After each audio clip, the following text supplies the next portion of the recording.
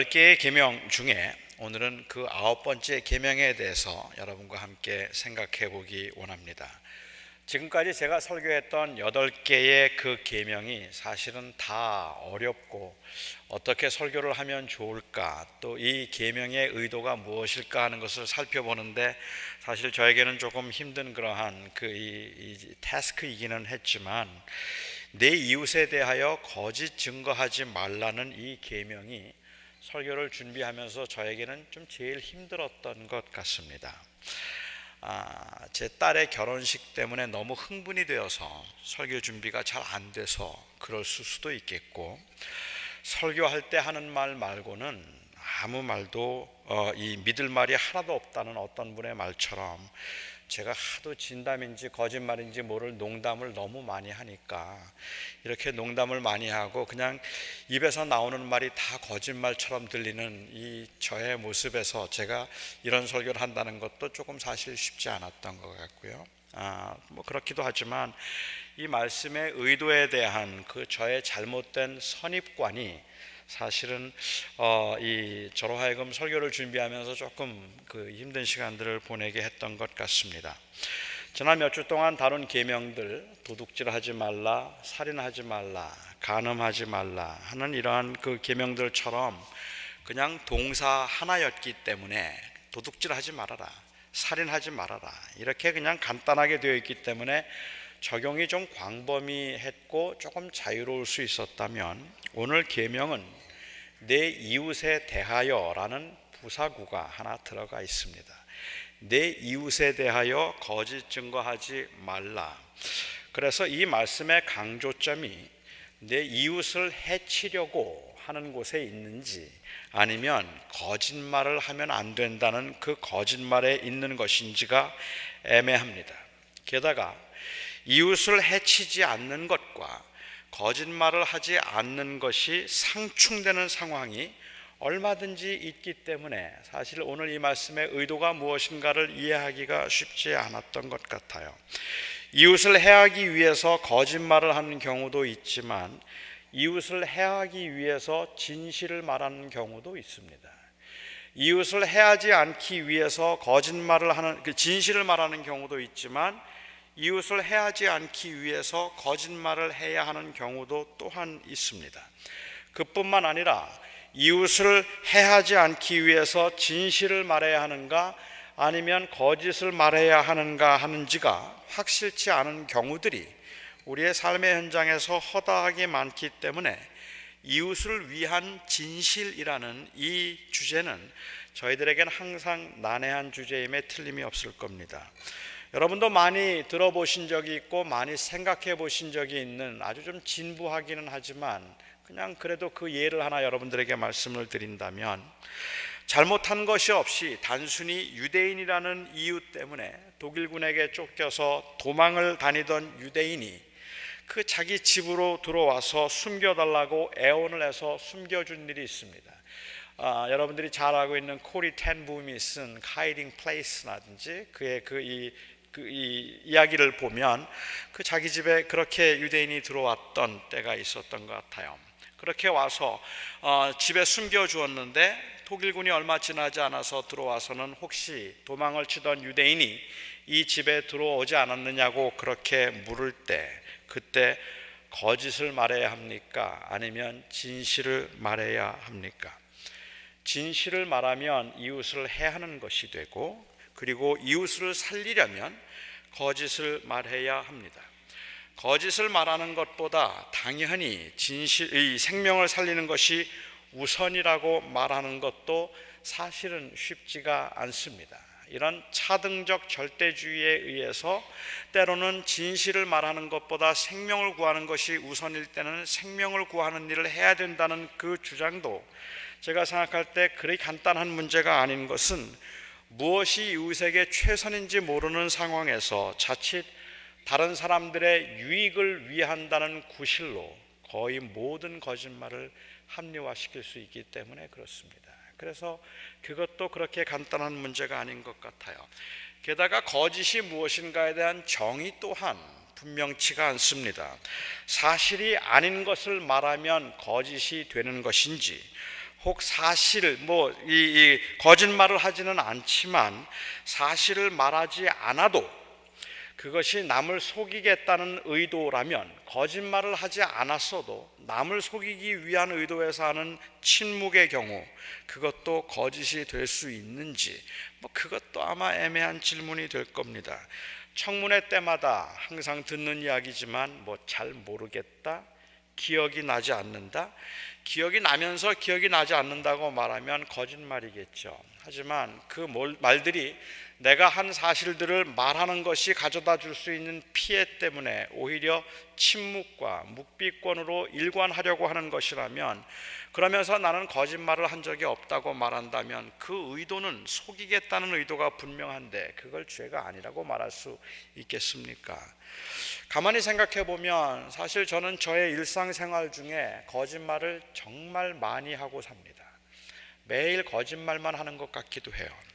누가 안녕하세요라고 인사를 하면 저는 한 번도 내가 안녕한가를 생각해 보지 않고 예라고 대답을 해요. 그런데 안녕하지 않아요.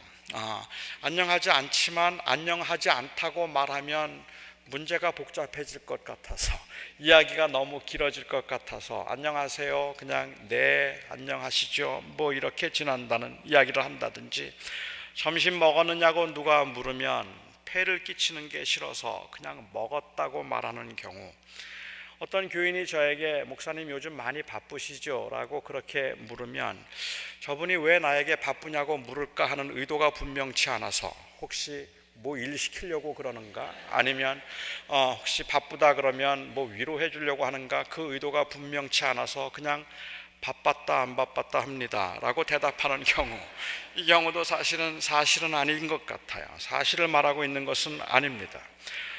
저는 사실을 말한다고 생각하는데 다른 사람은 거짓말을 한다고 생각하는 경우도 또 있는 것 같아요.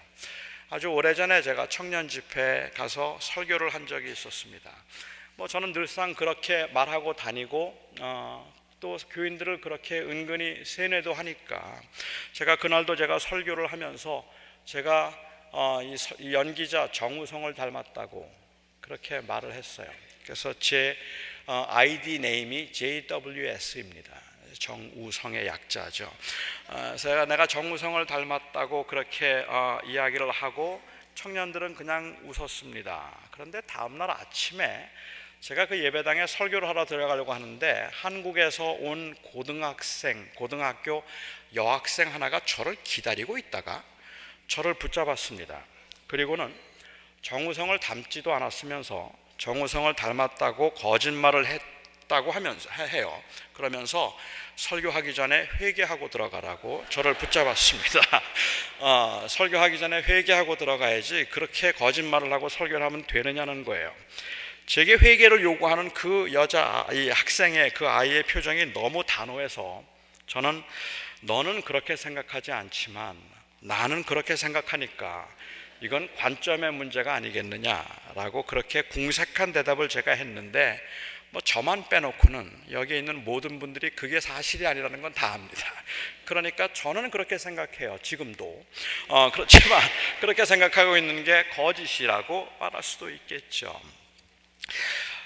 진실과 거짓의 문제는 상당히 중요한 원칙의 문제이고, 이 계명을 다루면서 이웃에 대하여 거짓 증거하지 말라는 계명을 대하면서 거짓말에 관한 이야기를 하는 것, 그것은 본문과 매우 밀접한 관계에 있다고 저는 생각하고, 본문과 관련해서 거짓말에 대해서 이야기하는 것, 그건 저는 합당할 수도 있겠다고 생각합니다. 또한 이웃에 대하여 아니면 이웃을 해하려고 거짓 증거하지 말라고 한 그 말씀에서 이웃에 대하여의 초점을 맞추고, 거짓말은 아니더라도 남을 해하려고 하는 의도에서 행하는 모든 종류의 말들, 중상, 한담, 가습, 그리고 남의 말, 이 악성 댓글, 이런 것들을 지금 금하고 있는 계명이라고 보아도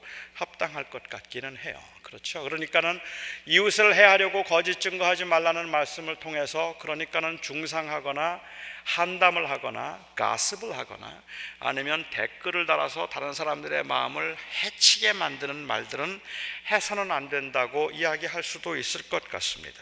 저는 다 일리가 있다고 생각하는데 그럼에도 불구하고 저는 이 계명이 거짓말이나 중상과 가십을 금하고 있는 계명이 아니라 그것들이 틀리지 않았다는 말이 아니라 오늘 이 계명의 핵심은 그런 것들이 아니라 이웃에 대한 정의와 자비에 대한 교훈이라고 저는 생각합니다. 이웃을 어떻게 대해야 하는가, 그리고 이 정의란 무엇인가에 관한 말씀이 오늘 계명이 가르치고 있는 바라고 저는 생각합니다. 여러분은 언제 억울하고 힘이 드십니까?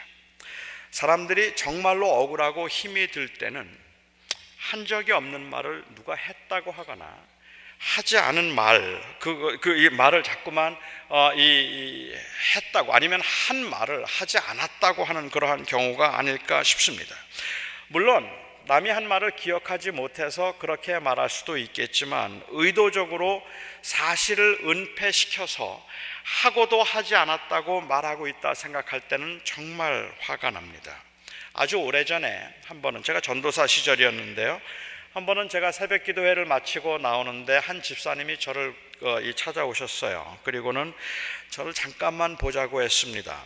아무 생각 없이 제가 그러자고 그분을 따라갔더니 어느 한 방으로 저를 데리고 가는 것이었어요. 그리고 제가 그 방에 들어갔더니 그 방에 저희 교회 목사님이 계셨고, 그리고 장로님 한 분이 그 방에 와 계셨습니다. 저는 무슨 영문인지도 모르고 무슨 문제인지도 모르고 제가 그냥 그 방에 따라 들어갔는데 사연을 제가 좀 들어보니까 목사님이 무슨 말을 했는데 그 말을 하지 않았다고 지금 그런다는 거예요. 그래서 목사님이 자기가 말을 해놓고 하지 않았다고 하고 있기 때문에 그 말을, 목사가 하는 말의 증인이 필요해서 저하고 장로님을 증인으로 불러놓고, 그리고 그 목사님에게 그 말을 했느냐 하지 않았느냐고 다시 묻고 있는 그 장면이었습니다. 저는 좀 황당했습니다. 목사님은 나는 그런 말을 한 적이 없다고 했어요. 하지만 저는 목사님이 정말로 그 말을 했는지 하지 않았는지 제가 들은 사람이 아니니까 그 일의 증언이 될 수는 없고, 제가 증인이 된다면 사실은 그런 말을 한 적이 없다고 말한 그 말의 증인이 된 셈입니다. 그뿐만 아니라 그 목사님이 나는 그런 말 한 적이 없다고 하니까, 아니 전도사와 장로님 앞에서도 거짓말을 하느냐고 갑자기 달려들어서 목사님을 심하게 구타하는 그 장면의 증인이 되고 말았습니다. 그러니까 결국은 그 말을 했는가 안 했는가는 사실 저는 잘 모르지만 그 현장에서 제가 목사님은 그런 말을 한 적이 없다고 했던 말의 증인이 됐다는 것과 그 말에 분노한 집사가 목사를 심하게 폭행하고 구타하는 장면의 증인이 된 셈이 된 겁니다. 저는 지금도 누가 맞는지를 잘 모르겠어요. 하지만 그때 저는 증인의 힘이라는 것은 정말 대단한 것이라는 생각을 했습니다. 저는 누가 거짓말했는지 말씀드린 것처럼 모르겠지만 제가 만일 그 말을 할 때 그 자리에 있었던 증인이었다면, 제가 증인이었다면 두 사람의 말이 그렇게 다르지 않았을 것이고, 그리고 제가 만일 그 말의 증인이었다면 아마 폭력을 행사하는 일도 없었을 것이라고 생각합니다. 오늘 계명의 배경은 재판입니다.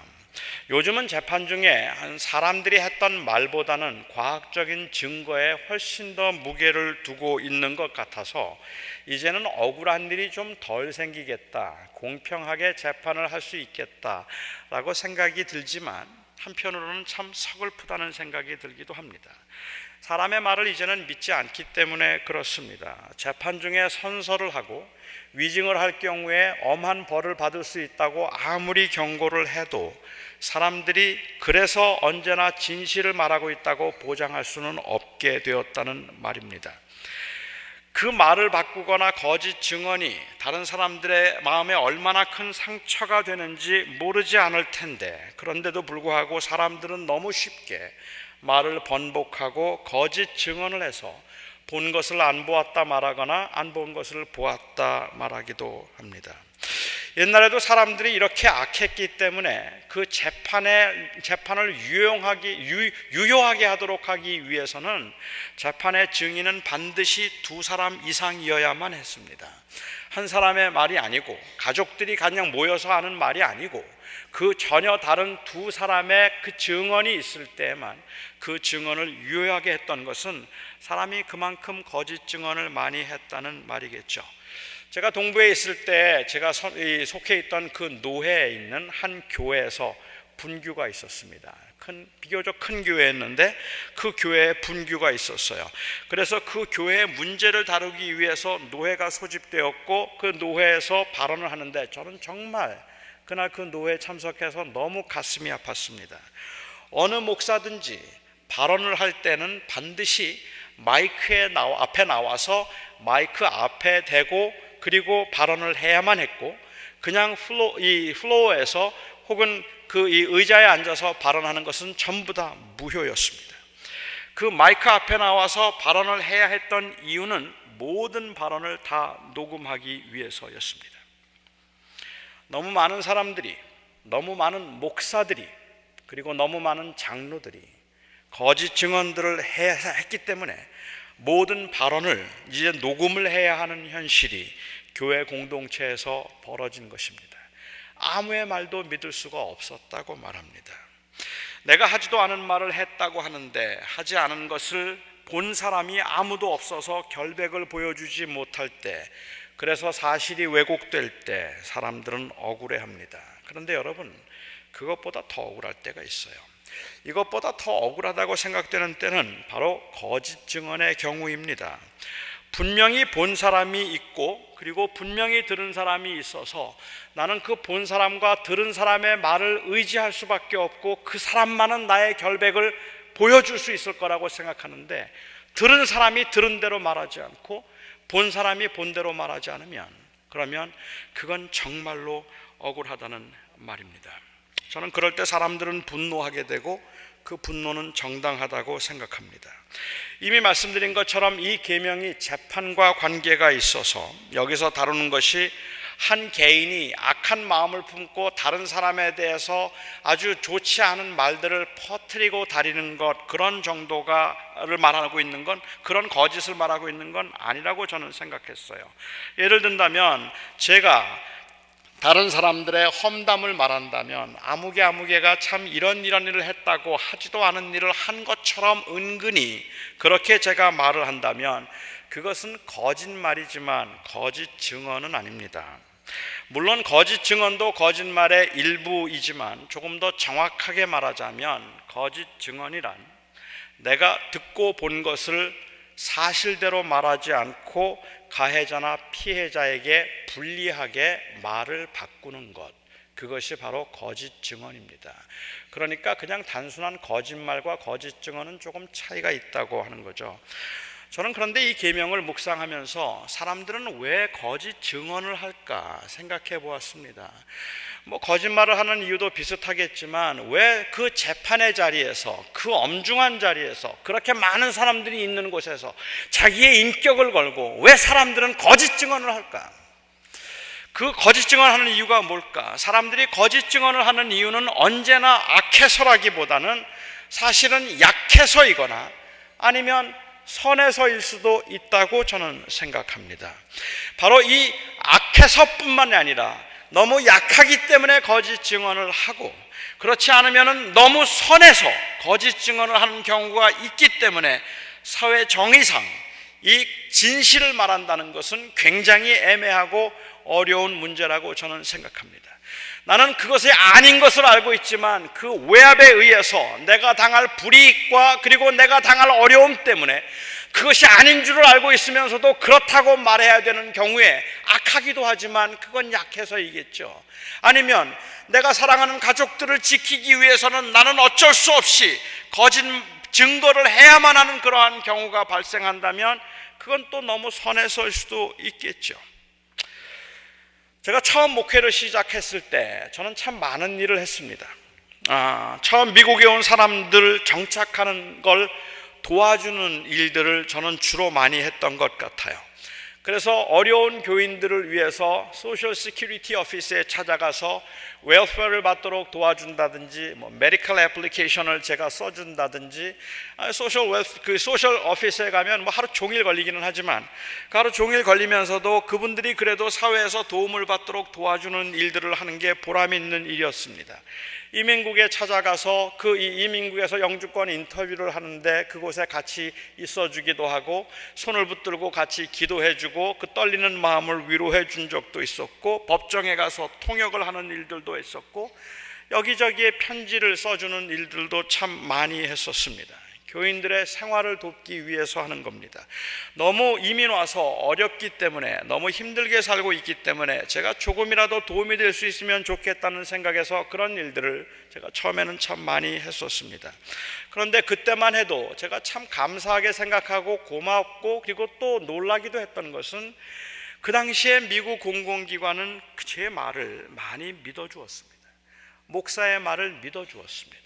목사의 말을 믿어주었어요. 제가 편지를 써주면 안 나오던 웰페어가 나오기도 하고, 제가 이민국에 가서 부부인 것을 확인해 주면 제 말을 믿고 영주권을 주기도 했습니다. 제가 병원에 이분은 이렇게 어려운 사정에 있으니까 좀 도와주면 좋겠다고 말하면, 그러면은 그 말을 듣고 병원에서 병원비를 삭감해 주거나 아니면 디스카운트를 해주는 경우들도 참 많이 있었습니다. 그렇기 때문에 교인들 중에 그런 도움을 받기 위해서 자기 집을 가지고 있으면서도 집이 없어서 가게에 산다는 편지를 한 장만 써주면 도움을 좀 받을 수 있을 텐데, 이 사람은 집이 없어서 가게에 산다는 편지 한 장만 써달라는 요청도 저에게는 있었고, 교회에서 일을 하고 있지는 않지만 신분상 너무 힘들고 절박하고 여기에 살 수도 한국에 나갈 수도 없는 그러한 아주 어려운 난감한 상황에 처해 있는 교인들이 저를 찾아와서, 제가 교회에서 일을 하고 있지 않지만 교회에서 일한다고 그렇게 해주면 그래서 영주권을 신청할 수 있게 해달라는 부탁을 받기도 했습니다. 영주권을 신청해 줄 수 있도록 그렇게 부탁을 하고, 아니면 내 형편이 지금 어렵다고 그렇게 이야기를 좀 해달라고 편지를 한 장 써달라고 말하는 그런 분들의 심정이나 입장을 제가 모르는 바 아니었기 때문에 정말 도와주고 싶었습니다. 제 말 한마디에 제 편지 한 장에 영주권을 신청할 수 있는 가능성이 생기고, 제 편지 한 장에 이 어려운 이 상황에서 그 경제적인 부담을 좀 덜 수 있는 그러한 가능성이 생긴다면, 그렇다면 제가 뭐라고 그거 안 해주겠어요. 언제든지 해주고 싶다는 마음이 너무 간절했습니다. 단순히 교회의 성장을 그렇게 해서 영주권 해서 교인들 우리 교회에 오도록 하기 위해서가 아니라, 정말 열심히 사는 사람들인데 형편이 너무 딱했기 때문에 그랬습니다. 그런데 저는 할 수가 없었습니다. 단순히 거짓말을 하면 안 된다는 것 때문이 아니라, 그 당시에 제 마음속에 들었던 생각은, 제일 걸렸던 것은 정의의 문제였습니다. 저는 그런 부탁을 하는 분들에게 그 입장을 충분히 이해하면서도 이렇게 양해를 구했습니다. 저는 미국 공공기관이 아직 목사들의 말을 믿고 그 말에 무게를 두는 것이 정말 고맙습니다. 그런데 제가 만일 우리 교회 교인들을 돕기 위해서 거짓 증언을 하고, 다른 목사들은 자기 교인들을 돕기 위해서 거짓 증언을 하기 시작한다면, 어려운 사람들을 돕기 위한 선한 의도였다고 할지라도 이제 공공기관에서는 더 이상 목사들의 말을 믿지 않을 것이고, 그러므로 인해서 도움을 받을 수 있는 다른 사람들이 더 이상 도움을 받지 못하게 될 수도 있다고 생각합니다. 게다가 그래서 내가 좋아하는 사람이 혜택을 누리도록 하기 위해서 내가 모르는 누군가에게 불이익을 당하게 한다면 그건 옳지 않은 일이고, 어쩌면 지금 교우님의 처지가 이렇게 어려운데도 사람들이 믿어주지 않는 것은 누군가가 그렇게 부당한 이익을 취함으로 발생한 일인지도 모릅니다. 너무 많은 거짓 증언들이 사실은 편애 때문이거나 아니면 자신의 유익과 편리를 위한 힘의 굴복함으로 발생했습니다. 지나친 비약이라고 생각하시는 분들도 계시겠다 싶지만 이 계명의 핵심은 어떤 것이 거짓말인가, 어떤 것이 거짓말이 아닌가가 아니고 거짓말을 했는가 하지 않았는가에 있는 것이 아니라 가난하고 약하고 불쌍한 사람들에 대한 부당한 대우, 친하고 가까운 사람들끼리 힘을 모아서 그렇지 못한 사람들을 괴롭히고 무시하는 잘못된 마음, 이것을 지적하고 있는 계명이라고 저는 생각합니다. 우리와 함께 사는 사람들 중에는 그렇게 무시를 당하고 부당한 대우를 받아도 되는 사람이 아무도 없습니다. 특별히 이 하나님의 백성들의 공동체인 교회는 더욱 그리해야 합니다.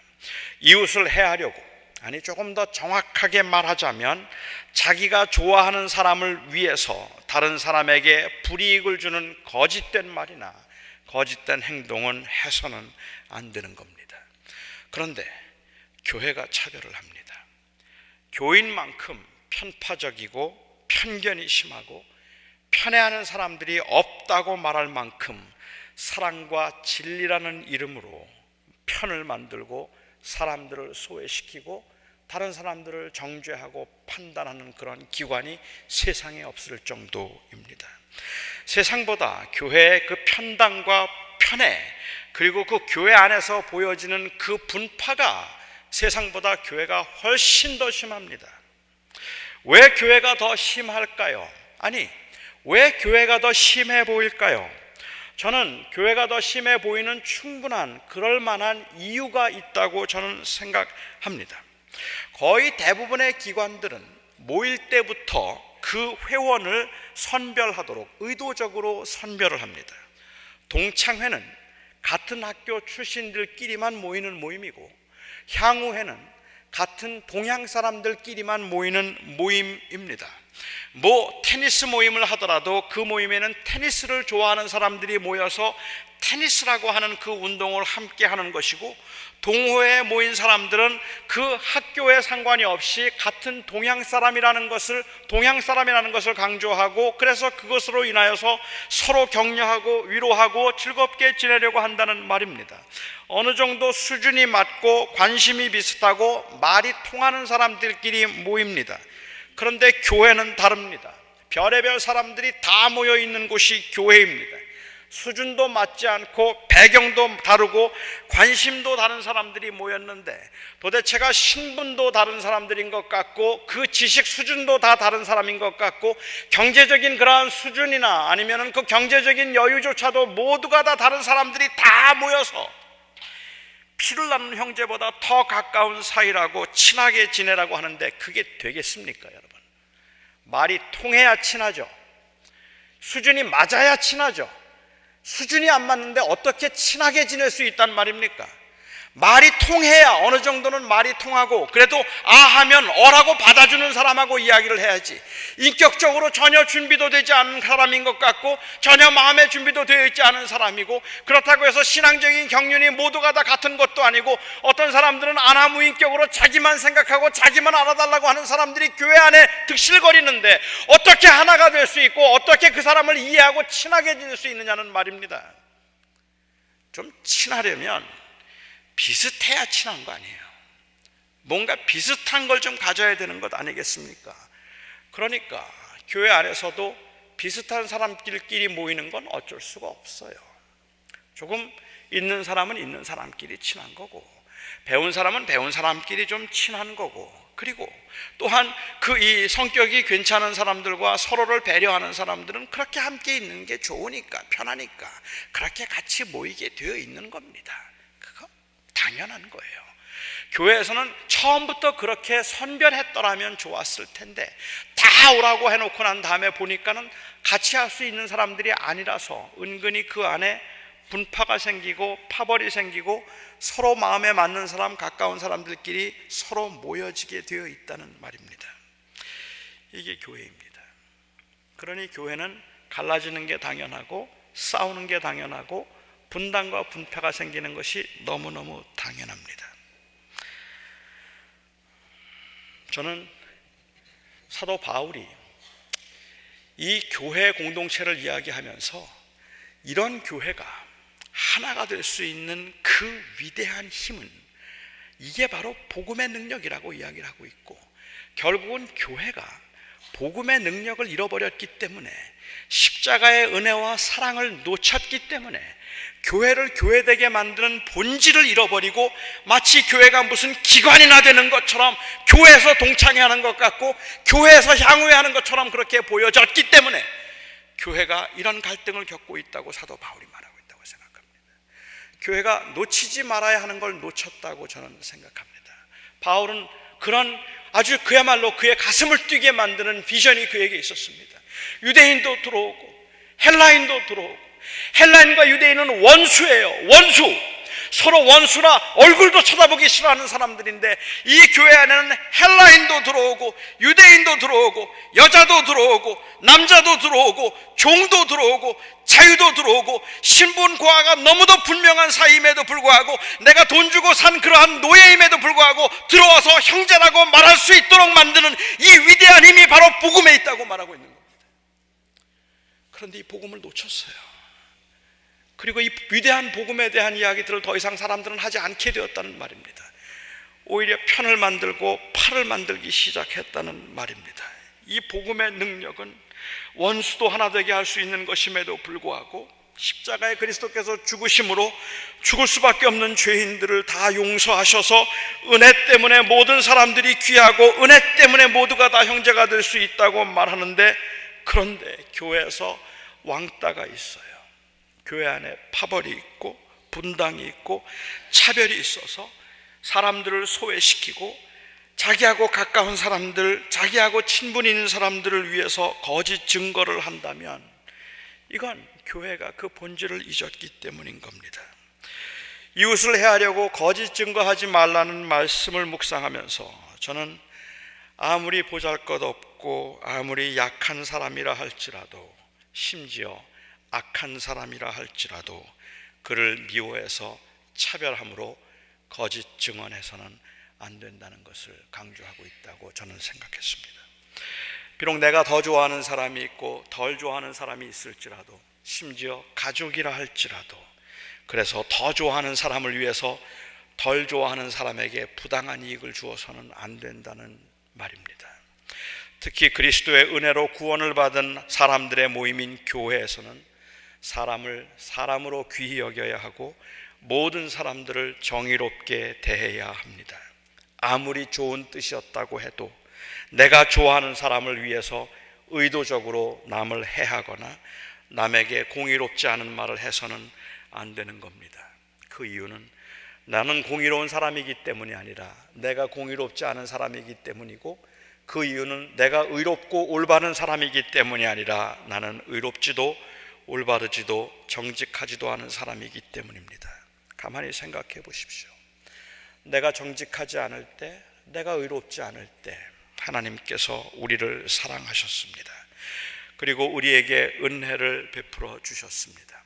그런 은혜를 받고 그 은혜를 통해 생명의 최고의 가치를 두고 살아가는 하나님의 사람들이 어떻게 사사로운 정과 편리를 위해서 다른 사람을 무시할 수 있겠습니까?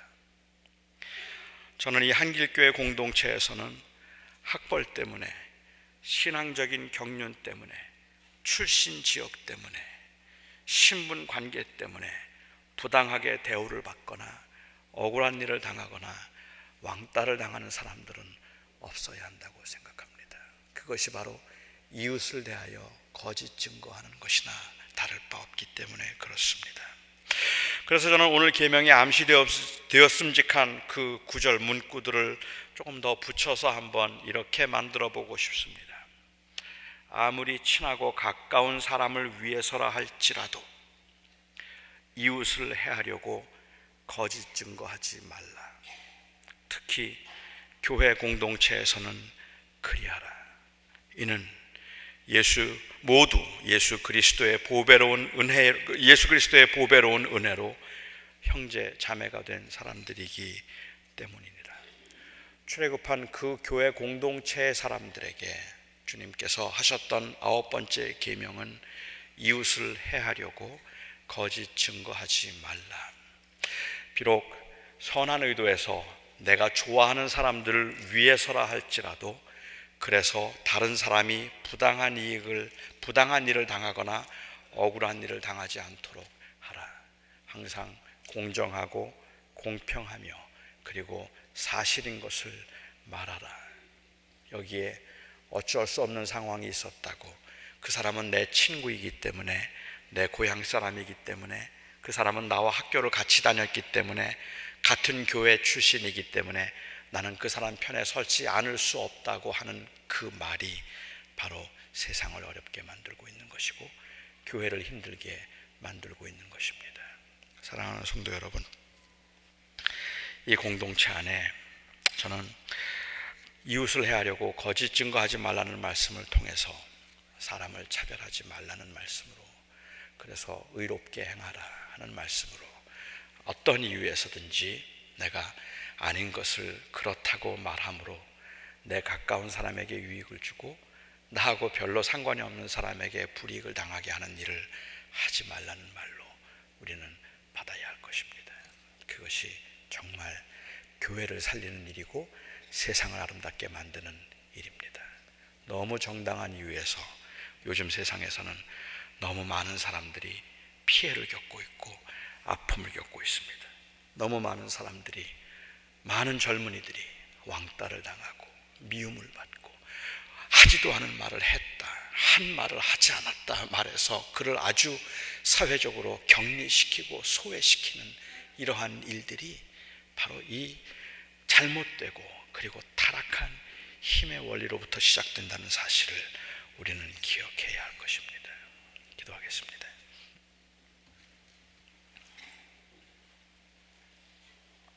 하나님, 이웃을 해하려고 거짓 증거하지 말라고 말씀하셨지만 내 사랑하는 사람을 위해서라는 그 말, 나하고 가깝고 친분인 사람을 위해서라는 그 말이 이웃을 해하려고라는 그 이웃에 대하여라는 그 말을 정말 무의미하게 만들어버리기도 하고 무기력하게 만들어버리기도 하는 세상에서 우리가 선한 의도라는 이름으로 얼마나 부당하고 그리고 다른 사람들에게 모르고 또 미처 생각도 못했던 사람들에게 불이익을 끼치는지 전혀 의식하지 못하고 사는 세상입니다. 하나님이 한길교회를 위하여서 주님 앞에 기도합니다. 이 교회가 세상의 다른 단체와 다를 바 없는 그러한 똑같은 단체가 아니라 이 교회가 교회이기를 원합니다. 이 교회가 마치 무슨 동호회처럼 모여진 곳, 마음에 맞는 사람들끼리 모인 곳이 아니라 예수 그리스도의 은혜로 모였기 때문에 모든 사람을 귀히 여길 줄 알고 모든 사람을 사랑할 수 있고 모든 사람의 말에 무게를 두고 모든 사람에게 공평할 수 있는 교회가 되게 해 주시옵소서. 예수님의 이름으로 기도하옵나이다.